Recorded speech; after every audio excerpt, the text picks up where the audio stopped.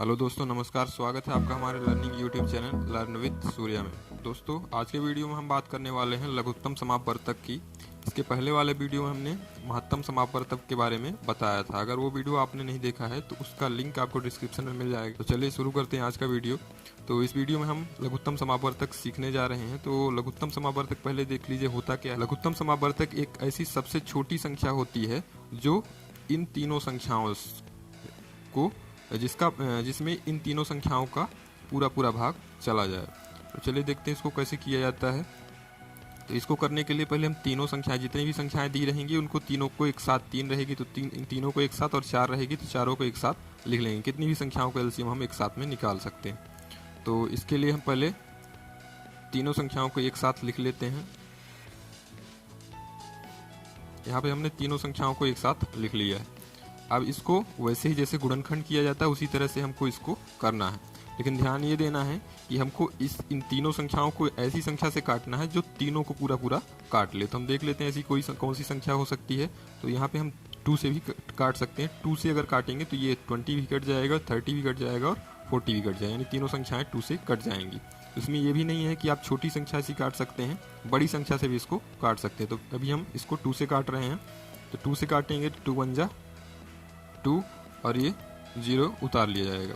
अब यहाँ फिर से करेंगे तो ये हो जाएगा 2 1 जा 2, 1 बचा तो ये 10 हो जाएगा, 2 5 जा 10। फिर 2 से काटेंगे तो 2 2 जा 4 और ये 0। अगर ये आपको काटना नहीं आ रहा है तो इसके लिए गुणनखंड का भी वीडियो का लिंक आपको डिस्क्रिप्शन में मिल जाएगा। तो वहाँ से पहले गुणनखंड करना अच्छे से सीख लीजिए। अब चलिए फिर से वही प्रोसेस नीचे करना है। हमको देखना है कोई ऐसी संख्या ढूंढनी है जिससे ये यानी तीनों संख्याएं कट जाएं। तो अगर हम इसको देखते हैं तो 2 से अगर देखते हैं तो 2 से ये कट रहा है, लेकिन बीच वाली संख्या नहीं कट रही। तो इसके लिए हमको तीनों संख्याओं को ऐसी संख्या ढूंढनी है जिससे तीनों संख्याएं कट जाएं। तो अगर हम 5 से काटेंगे तो ये और ये तीनों कट रहा है, तो हम यहाँ से इसको 5 से काट देते हैं। तो 5 2 जा 10 और 5 3 जा 15 और 5 4 जा 20। अब यहाँ पे आ गया है 2 3 4। तो अब ऐसा कोई संख्या देखते हैं जिससे तीनों कट जाए। तो कोई भी ऐसी संख्या नहीं जिससे 2 3 4 कट जाए।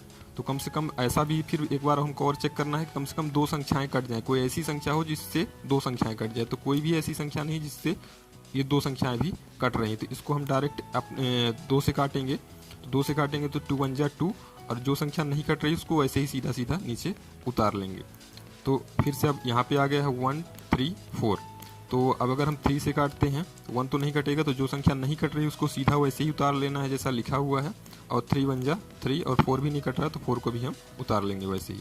अब इसको फिर से हम देखते हैं किससे कट सकता है। तो ये 4 भी कट सकता है, 4 से कट सकता है। तो इसको 4 से 1 तो नहीं कटेगा तो 1 को सीधा वैसे ही उतार लेना है।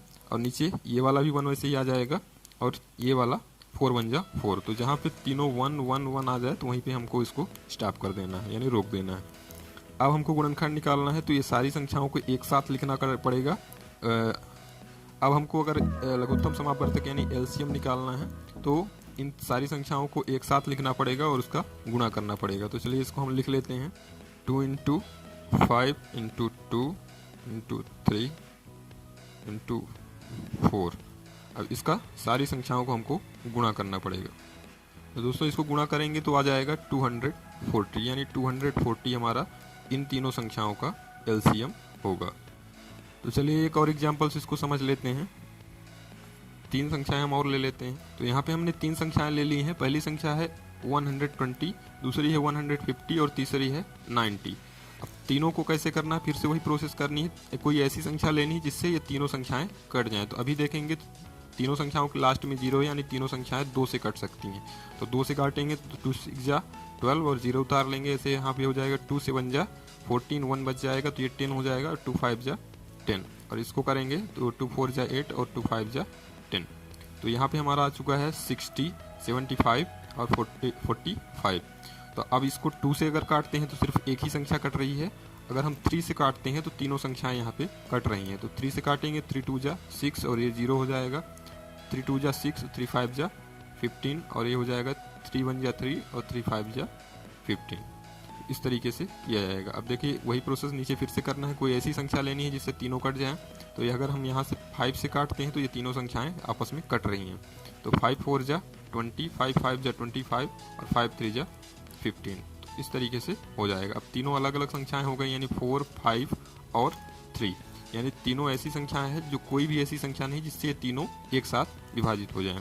तो सबसे पहले हम इसको, और कोई दो भी संख्या ऐसी नहीं आ रही जिससे दोनों भी संख्या, कोई दो संख्या कोई एक संख्या से विभाजित हो जाए, तो इसके लिए हम तीनों को अलग अलग ही कर लेंगे। तो पहले 4 से काट देंगे, तो 4 1 जा 4, और 5 नहीं कटेगा तो 5 को सीधा सीधा वैसे ही उतार लेना है, और 3 नहीं कट रहा है तो 3 को भी वैसे ही सीधा उतार लेना है। फिर से नीचे वही प्रोसेस करना है। अब इसको 5 को हमको हटाना है यहाँ से, तो 5 1 तो नहीं कटेगा तो 1 वैसे ही आ जाएगा। 5 1 जा 5 और 3 1 जा 3। फिर से नीचे इसको हमको क्या करना है, 3 से काट देना है, तो 3 1 तो सीधा सीधा उतार लेंगे, और ये वाला भी 1 उतार लेंगे, और 3 1 जा 3 आ जाएगा। तो ये अब नीचे देखेंगे तो तीनों 1 1 1 आ चुका है। तो यहाँ से हमको लघुत्तम को स्टॉप कर देना, यानी प्रोसेस को स्टॉप कर देना है। अब देखेंगे तो ये सारी संख्याओं को हमको गुणा करना पड़ेगा। तो नीचे हम यहाँ पे लिख लेते हैं। तो दोस्तों यहाँ पे हमने इसको लिख लिया है, यानी ये सारी संख्याओं को मल्टीप्लाई में हमने गुणा में के रूप में लिख लिया है। और इसका गुणा अगर करते हैं तो आता है 1800, यानी 1800।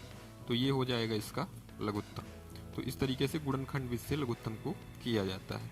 कई सारी ऐसी संख्याएं होती है जिसका हम डायरेक्ट गुणा करके भी लघुत्तम निकाल सकते हैं। जैसे हमको अगर कहीं पे आ गया 5 और 4 का एलसीएम निकालना है, तो ये कोई भी ऐसी संख्या नहीं जिससे ये दोनों संख्याएं कट जाए, तो इसको हम डायरेक्ट कर देंगे 5 × 4, यानी 20 इसका हो जाएगा एलसीएम। तो इस तरीके से किया जाता है। तो उम्मीद है ये एलसीएम आपको पूरे अच्छी तरीके से समझ में आ गया होगा। अगर वीडियो आपको अच्छा लगा है तो लाइक कीजिएगा और चैनल को सब्सक्राइब कीजिए। धन्यवाद।